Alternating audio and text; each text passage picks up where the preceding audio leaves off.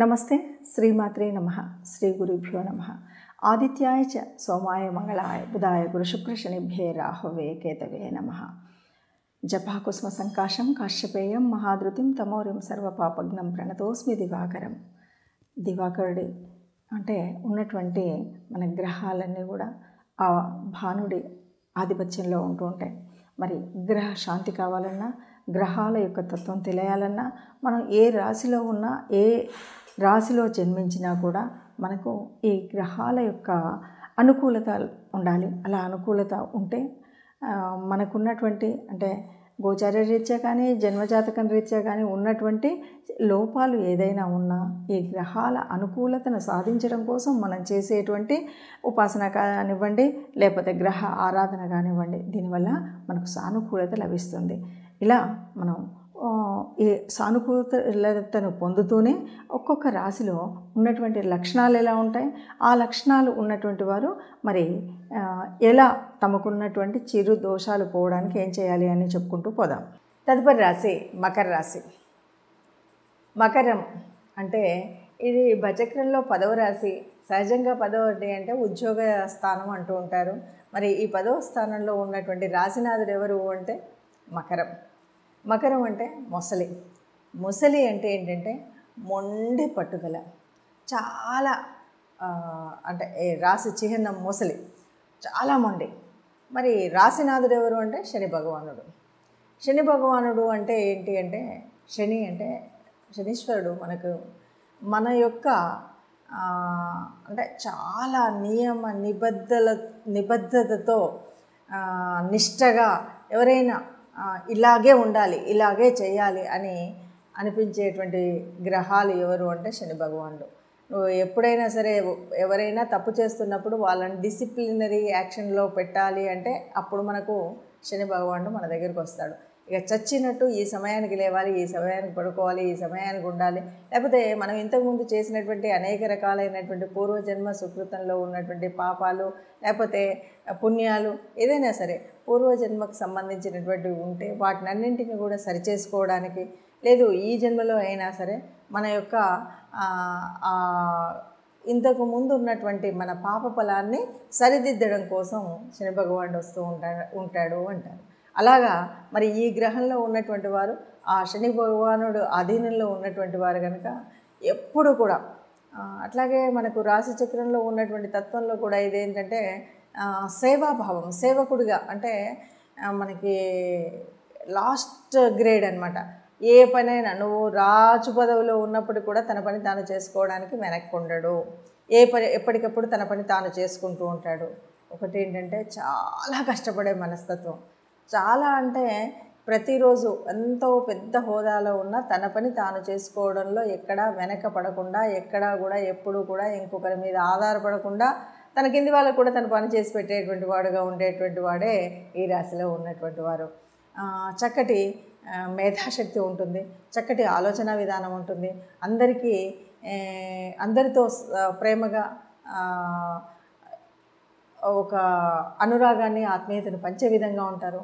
కానీ తాము అనుకున్నటువంటి పని చేయడానికి మాత్రం ఆ మొసలి పట్టు పట్టినట్టుగానే నిజంగా వీళ్ళు ఈ రాశిలో ఉన్నవాళ్ళు తప్పకుండా నేను ఇక్కడ ఎదగాలి, ఇక్కడ ఉండాలి అనుకుంటే 100 కాదు 200% సక్సెస్ అవుతారు. కాకపోతే అనుకోవాలి. ఎట్లాగా అంటే తప్పకుండా నేను చేయాలి అనేటువంటి ఆ పట్టుదల ఉంటే మాత్రం 100% మనం అక్కడికి రీచ్ అవుతాం. అది ఈ రాశిలో ఉన్నటువంటి గొప్పతనం. ఎవరైనా వారు మనస్ఫూర్తిగా అనుకుని ఉంటే ఇంకా ఎక్కడికి చేరాలో అక్కడికి, ఏది సాధించాలనుకుంటున్నారో అది తప్పకుండా సాధిస్తారు. ఎంతైనా అంటే ఇప్పుడు చదువు కానీ ఏ రంగం తీసుకున్నా ఆ రంగంలో నేను ఇది చేయాలి అనుకుంటే చేస్తారు. కాకపోతే జీవితకాలం కష్టపడుతూనే ఉంటారు. కష్టపడ్డము అన్నది మాత్రం నువ్వు ఎంత పెద్ద పదవిలో ఉన్నా కూడా అమ్మయ్య ఇంక ఇక్కడ నుండి నేను కష్టపడక్కర్లేదు అనుకునేటువంటిది మాత్రం ఉండదు.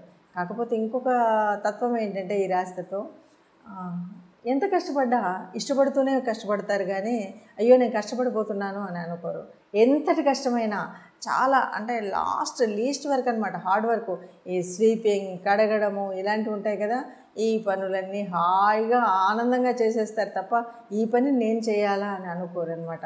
ఊడవడం కడగడం దగ్గర మొదలు పెడితే ఎంత టెక్నికల్ అయినా ఇంకేదైనా సరే ఏ పనైనా సరే అవలీలగా తమంతట తమ పని తాము చేసుకుంటూ ఇంకెవరికైనా కూడా చేసి పెట్టేటువంటి భావన ఉండేటువంటి వాళ్ళు ఈ రాశి వాళ్ళు అనమాట. అందుకని మకర రాశి వాళ్ళు పాపం వాళ్ళు ఆ రాశి లక్షణమో ఏంటో తెలియదు, రాశి గ్రహంలో ఉన్నటువంటి శనీశ్వరుడి ప్రభావం తెలియదు, కానీ జీవితకాలం కష్టపడుతూనే ఉంటారు. ఎంత కష్టమో అంటే వాడు ఈ పుట్టిన దగ్గర నుండి చివరి వరకు కూడా ఎంత పెద్ద హోదాలో ఉన్న పిల్లలు ఎదిగినా ఇంకేమైనా కూడా జీవితకాలం స్వయం కష్టం అనేది, అంటే తన పని తాను చేసుకోవడమే కాదు, తాను కష్టపడకుండా ఉండడు. తాను ఎప్పుడు కూడా ఇంకొకరి మీద ఆధారపడ్డు, అంటే పెద్దగా మా పిల్లలు పెడతారు లేకపోతే పిల్లలు ఉంటారు ఇలాంటివి ఏమీ ఉండవు. జీవితకాలం తన పని తాను చేసుకుంటూ తన మీద తాను ఆధారపడతాడు తప్ప ఇంకొకరి మీద ఆధారపడడం అనేటువంటిది ఈ రాశి వాళ్ళకి ఎక్కువగా ఉండదు. ఇంతేకాదు వీళ్ళే ఇంకొకరికి చేసి పెడతారు, కానీ వీళ్లకు ఇంకొకరు చేస్తారు అని ఆశపడరు. వీళ్ళు ఎప్పుడూ కూడా స్వయం కృషి చేస్తూనే ఉంటారు, ఎప్పుడూ కష్టపడుతూనే ఉంటారు, ఎప్పుడు అనుకున్నది సాధించడానికి ఆ మార్గం వైపు నడుస్తూనే ఉంటారు. మనం ఏ రాశిలో పుట్టినా ఏ నక్షత్రంలో పుట్టినా ఏదేమన్నా సరే మనకున్నటువంటి అంటే ఈ జన్మ ఇక్కడ తీసుకోవడానికి కొంత గ్రహాల యొక్క అంటే ఆ గ్రహాలు అనుకూలించడం అననుకూలించడం అనే దాని మీద కూడా ఆధారపడి ఉంటుంది. అంటే జన్మజాతకంలో మనకున్నప్పుడు ఎలా ఏ రాశులు ఎక్కడున్నాయి ఏంటి అని చెప్పుకుంటే మన జన్మ రాశి ఏంటి, ఈ రాశి మరి ఈ రాశిలో ఏ గ్రహాలు ఉన్నాయి, ఈ విషయాలన్నీ దాన్ని బట్టి మనకు కొంత మన యొక్క జీవితంలో ఉండేటువంటి మార్పులు చేర్పులు, మన ఉన్నతి, చదువు, ఆరోగ్యం ఇవన్నీ కనిపిస్తూ ఉంటాయి. ఆహార వ్యవహారాలు, మన పద్ధతి, శైలి, రచనా వ్యాసంగం ఇవన్నీ కూడా ఒక్కొక్క గ్రహం యొక్క అనుకూలతను బట్టి మన యొక్క స్థితిగతులు తెలుస్తాయి. అట్లాగే వివాహ సంబంధమైనటువంటి విషయాలు కానీ లేకపోతే మన సంతానం గురించి కానీ, వివాహం అయిన తర్వాత భార్యాభర్తల యొక్క తోడు నీడగా ఇద్దరు కూడా కలిసి ఉండేటువంటి స్థితి, ఇవన్నీ కూడా మనం అవునన్నా కాదన్నా అక్కడెక్కడో ఉన్నటువంటి గ్రహాలు మనం ఈ భూమి మీద అంటే ఉన్నటువంటి మన యొక్క పుట్టకి ఒక కనెక్షన్ ఉంటుంది. ఈ కనెక్షన్ ఉండడం వల్లనే మనం గ్రహ ఆరాధన చేయడం, నవగ్రహ ఆరాధన చేయడం అనేది ఉంటుంది. ఎప్పుడు కూడా దైవానుకూలత ఉండాలి, నవగ్రహ ఆరాధన ఉండాలి. దీనికి అనుకూలమైనటువంటి ఒక్కొక్క గ్రహానికి ఒక్కొక్క అనుకూలమైనటువంటి అంటే మనం చేయవలసినటువంటివి, తీర్చుకోవాల్సినటువంటి రుణాలు కానీ ఏవైనా ఉన్నా కూడా వాటన్నిటిని తీర్చుకుంటూ మనం ముందుగా అసలు మన రాశి ఏంటి, ఈ రాశిలో పుట్టినటువంటి వాళ్ళ లక్షణాలు ఏంటి, ఈ లక్షణాలు ఉన్నాయి కాబట్టి నేను ఏం చేయాలి, ఈ రాశిలో ఉన్నప్పుడు నా రాశి యొక్క మరి ఇందులో ఉన్నటువంటి నా నక్షత్రం ఏంటి, నక్షత్రానికి అధిదేవత ఎవరు, ఏ గ్రహాన్ని నేను పూజించాలి, ఏ రకమైనటువంటి దాన ధర్మాలు చేయాలి, పితృదేవతలను ఎలా పూజించాలి, ఇలాంటి అనేకమైనటువంటి విషయాలకు మనకు తెలుస్తూ ఉంటాయి. కాబట్టి అవన్నీ చేసుకున్నప్పుడు సుఖ సంతోషాలతో ఆయురారోగ్యాలతో సంతోషంగా మనకు ఏ రాశిలో పుట్టినా కూడా హాయిగా మేటి రాశి ఈ రాశి అన్నట్టుగా ఉండే విధంగా ఉండగలుగుతాం. ఇలా ఉండాలి అంటే మనం రాశిలో ఎక్కడ పుట్టామో అది భగవత్ అనుకూలంగా మనం ఎప్పుడు పుట్టాము ఏమంటే పూర్వజన్మ సుకృతం వల్ల మనం తీసుకున్నటువంటి జన్మ వల్ల ఏదో ఒక రాశిలో పుడతాం.